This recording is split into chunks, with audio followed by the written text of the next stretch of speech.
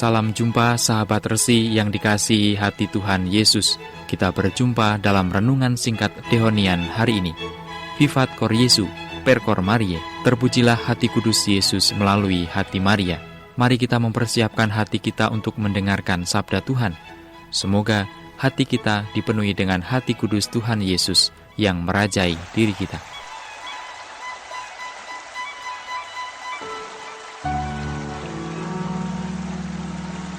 Selamat pagi saudara-saudari yang terkasih. Selamat berjumpa kembali dengan saya, Romo Egidius Warsito SI, di dalam Resi edisi Sabtu tanggal 8 April 2017. Mari kita baca bersama perikop Injil pada hari ini yang diambil dari Injil Yohanes bab 11 ayat 45 sampai dengan 56. Banyak di antara orang-orang Yahudi yang datang melawat Maria dan yang menyaksikan sendiri apa yang telah dibuat Yesus percaya kepadanya. Tetapi ada yang pergi kepada orang-orang Farisi dan menceritakan kepada mereka apa yang telah dibuat Yesus itu. Lalu imam-imam kepala dan orang-orang Farisi memanggil mahkamah agama untuk berkumpul, dan mereka berkata, "Apakah yang harus kita buat? Sebab orang itu membuat banyak mukjizat. Apabila kita biarkan dia, maka semua orang akan percaya kepadanya, dan orang-orang Roma akan datang dan akan merampas tempat suci kita serta bangsa kita." Tetapi seorang di antara mereka, yaitu Kayafas, imam besar pada tahun itu, berkata kepada mereka, "Kamu tidak tahu apa-apa, dan kamu tidak insaf bahwa lebih berguna bagimu jika satu orang mati untuk bangsa kita daripada seluruh bangsa kita ini binasa." Hal itu dikatakannya bukan dari dirinya sendiri, tetapi sebagai imam besar pada tahun itu ia bernubuat bahwa Yesus akan mati untuk bangsa itu. Dan bukan untuk bangsa itu saja, tetapi juga untuk mengumpulkan dan mempersatukan anak-anak Allah yang tercerai-berai. Mulai dari hari itu, mereka sepakat untuk membunuh dia. Karena itu, Yesus tidak tampil lagi di muka umum di antara orang-orang Yahudi. Ia berangkat dari situ ke daerah dekat padang gurun, ke sebuah kota yang bernama Efraim. Dan di situ ia tinggal bersama-sama murid-muridnya. Pada waktu itu hari raya Paskah orang Yahudi sudah dekat, dan banyak orang dari negeri itu berangkat ke Yerusalem untuk menyucikan diri sebelum Paskah itu. Mereka mencari Yesus, dan sambil berdiri di dalam bait Allah, mereka berkata seorang kepada yang lain, "Bagaimana pendapatmu? Akan datang jugakah ia ke pesta?" Demikianlah sabda Tuhan. Saudara-saudari yang terkasih, perikopa yang baru saja kita baca berbicara tentang keputusan para imam kepala Yahudi untuk menangkap dan membunuh Yesus. Sebuah keputusan yang diambil karena mereka takut akan pengaruh yang ditimbulkan oleh Yesus. Banyak orang yang telah menyatakan diri untuk menjadi pengikut Yesus setelah mereka mendengarkan ajaran tentang kebenaran yang berasal dari Tuhan, serta menyaksikan dan merasakan sendiri bagaimana sikap Yesus terhadap orang-orang kecil yang tersingkirkan dan mukjizat-mukjizat yang menunjukkan dirinya sebagai Mesias. Mereka yang dari lapisan bawah dan terpinggirkan, serta beberapa ada juga dari kalangan menengah ke atas pada zaman itu, mampu melihat sosok Yesus yang bukan hanya sebagai seorang yang pandai mengajar dan memiliki kemampuan untuk menyembuhkan orang, akan tetapi apa yang diajarkan dan diperbuatnya, walaupun sering melabrak tatanan sosial dan aturan mapan yang berlaku selama ini, merupakan bentuk nyata dari Allah sendiri yang menjelma dalam sosok manusia.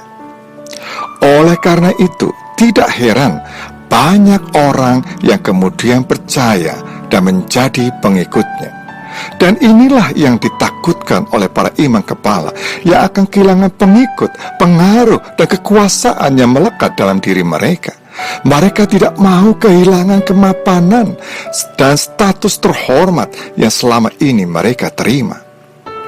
Saudara-saudari yang terkasih, Yesus tidak takut dan ragu untuk berbuat sesuatu yang benar. Baginya, kebenaran adalah kebenaran yang harus dijunjung tinggi dan diwartakan serta diperjuangkan apapun resiko yang akan menyertainya.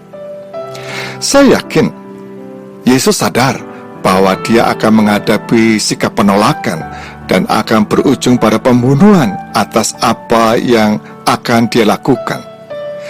Kita bisa melihat kisah perjuangan Yesus dalam memperjuangkan kebenaran ini di dalam masa pekan suci ini, yang segera akan kita mulai minggu besok dengan perayaan Minggu Palma.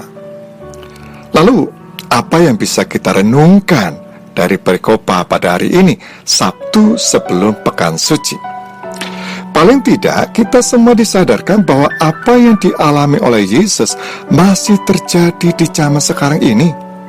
Ada banyak orang baik yang selalu mencoba untuk hidup dan menyuarakan kebenaran sebagai kebenaran, berujung dengan sikap penolakan, intimidasi, penghujatan, dan tidak sedikit yang coba dibunuh secara fisik ataupun karakternya.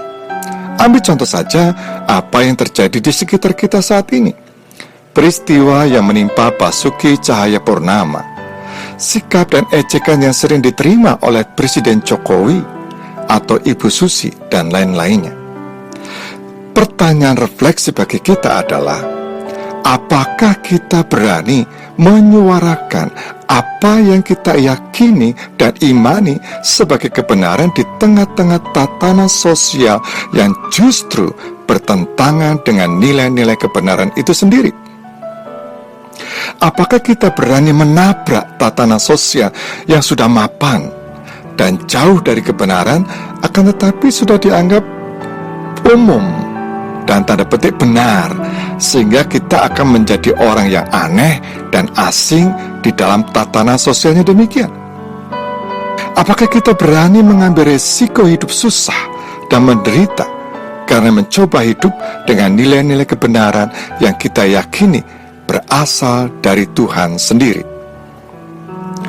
Saya kira pertanyaan semacam ini pantas kita ajukan untuk diri kita di dalam masa pekan suci ini, sehingga pada malam Paskah nanti kita bisa mengatakan dengan sadar, dengan mantap, dengan penuh tanggung jawab untuk memperbaharui janji baptis kita. Karena menjadi Katolik atau murid Yesus tidak cukup hanya sekedar berdoa dan mengatakan saya Katolik atau saya murid Yesus. Keberanian untuk menyuarakan kebenaran sebagai kebenaran yang mutlak adalah hakikat seorang Katolik atau murid Yesus yang sejati. Semoga Tuhan memberkati di dalam pekan suci yang akan kita masuki hari Minggu besok dengan perayaan Minggu Palma, dan menjadikan perayaan Paskah sebagai kesempatan untuk membangun hidup yang baru dan berkomitmen. Dan semoga Tuhan memberkati pekerjaan dan aktivitas kita sepanjang hari ini, dalam nama Bapa dan Putra dan Roh Kudus. Amin.